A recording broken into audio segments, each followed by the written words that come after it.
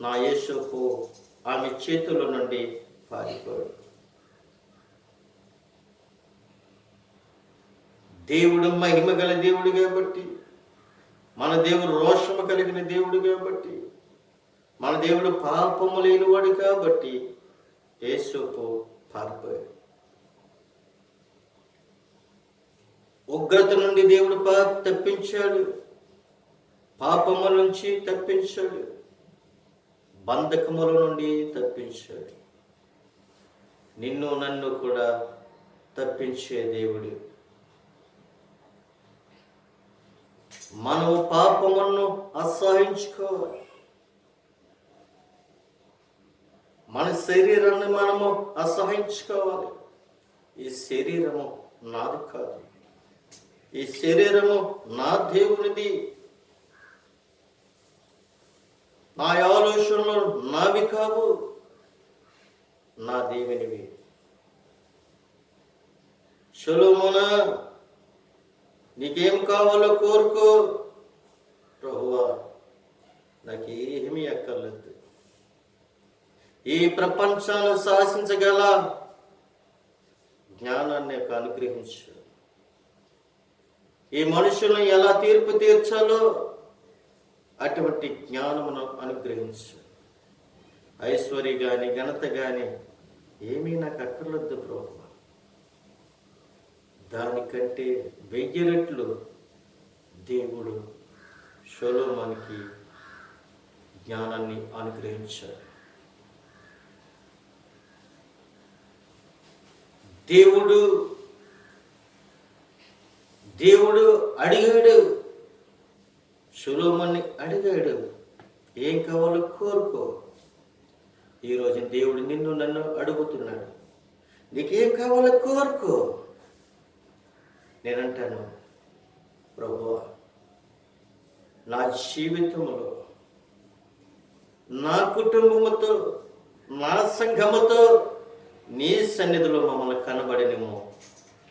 సంపూర్ణమైన ఆరోగ్యము, బలమును, శక్తిని, ఆయుష్ను మనకు అనుగ్రహించు.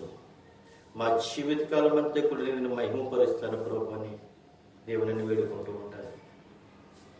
దేవుడు నన్ను అడిగితే, నువ్వెక్కడికి పంపిస్తే నేను అక్కడికి వెళ్ళి నీ పని చేస్తానని దేవునికి నేను వాగ్దానం చేస్తున్నాను.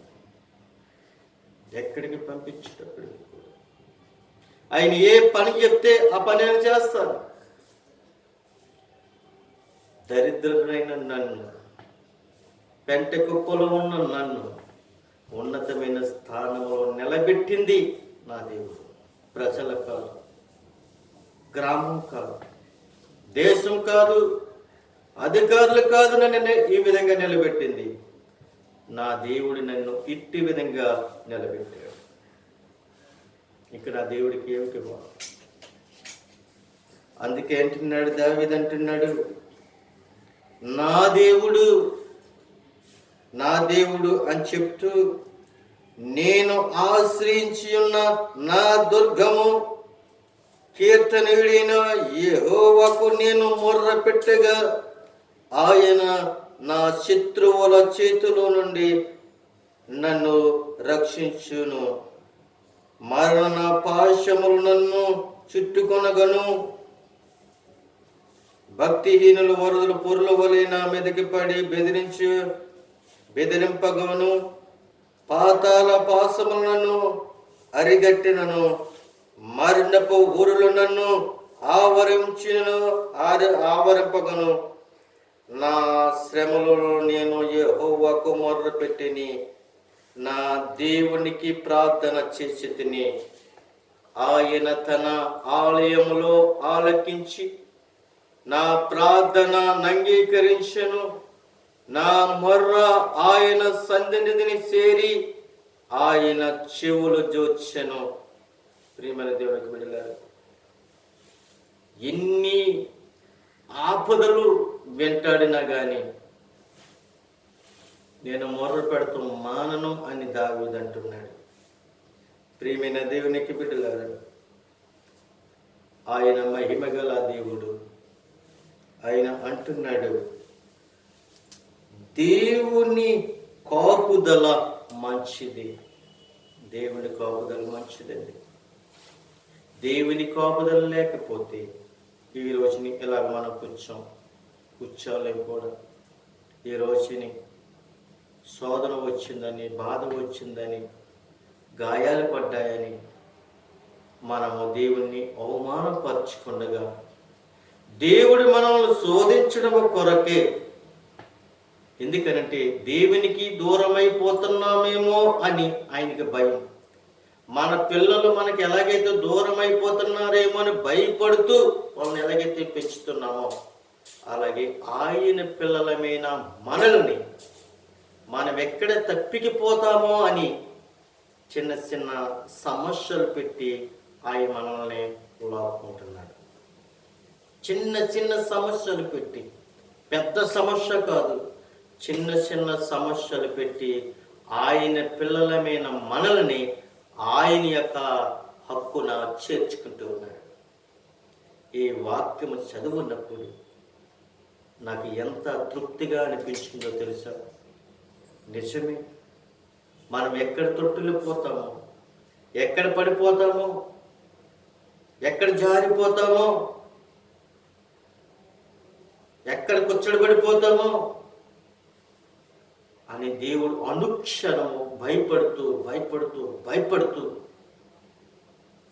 ఆయన మనల్ని పట్టుకోవడానికి ఇష్టపడుతున్నాడు. ఆయన కృప మన మీద ఉంచడానికి ఆయన ఇష్టపడుతున్నాడు. ఎందుకు తెలుసా? జీవము కలిగిన దేవుడు మన దేవుడు. మన దేవుడు మనకు తండ్రి అయి ఉన్నాడు. మనము ఆయనకు పిల్లలమై ఉన్నాం. ఆయన పిల్లలని ఆయన కొట్టి ఆయన వైపుకు నడిపించుకుంటాడు. అలాగని మనము ఆయనని వేధించడం కానీ, అయ్యో ప్రభువా నన్ను ఎందుకని ఇలా కొట్టావు, ఎందుకని ఇలా పడేసావు, ఎందుకని కాలు నొప్పి వచ్చింది, ఎందుకని చేయి నొప్పి వచ్చింది, ఎందుకని కాలు ఇరిగిపోయింది. కాలు ఇరిగిపోవడానికి కారణం ఏంటో తెలుసా? మన పాపపు మార్గములో నడుస్తున్నామనే కాలు ఇరుగుతుంది. పన్ను ఎందుకు ఎరుగుతుందో తెలుసా? పనికిరాని వస్తువులు మనము నములుతున్నామని ఆయన పొన్నెరు కొడుతున్నాడు. కళ్ళుకి ఏదో చిన్న చిన్న సమస్యలు వస్తున్నాయి. ఎందుకు తెలుసా? పనికిరాని వస్తువులను మనం చూస్తున్నామని ఆయన కళ్ళుకి పెడుతూ ఉన్నాడు. మనకు జుట్టు ఎందుకు రాలిపోతుందో తెలుసా? పనికిరాని జుట్టు మీద మనం ఆప్యాయతతో చూస్తున్నామే. ఇటువంటి దేవుడు ఎవరు సృష్టించాడు? ఒక వెంటికి రావాలన్నా, ఒక వెంటికి గట్టిపడాలన్నా ఆయన యొక్క నిబంధనలో ఉంది. ఏది ఎప్పుడు ఎలా సంభవించాలో ఆయన చేతిలో ఉంది. ప్రియమైన దేవునికి వెళ్ళారు. ఈ రోజుని మన దేవుడు ఎటువంటి దేవుడు తెలుసా? మంచి దేవుడు, ప్రేమించే దేవుడు, ఆదరించే దేవుడు, ఆదుకునే దేవుడు, నమ్మదగిన దేవుడు మన దేవుడు. ఈ మాటలను బట్టి మన జీవితకాలం అంతా కూడా ప్రభు సన్నిధిలో సాగాలని కోరుకుంటూ నా మాటలు ముగిస్తున్నాను. కొద్ది మాటలు దేవుడు దించును గాక. ఆమేన్.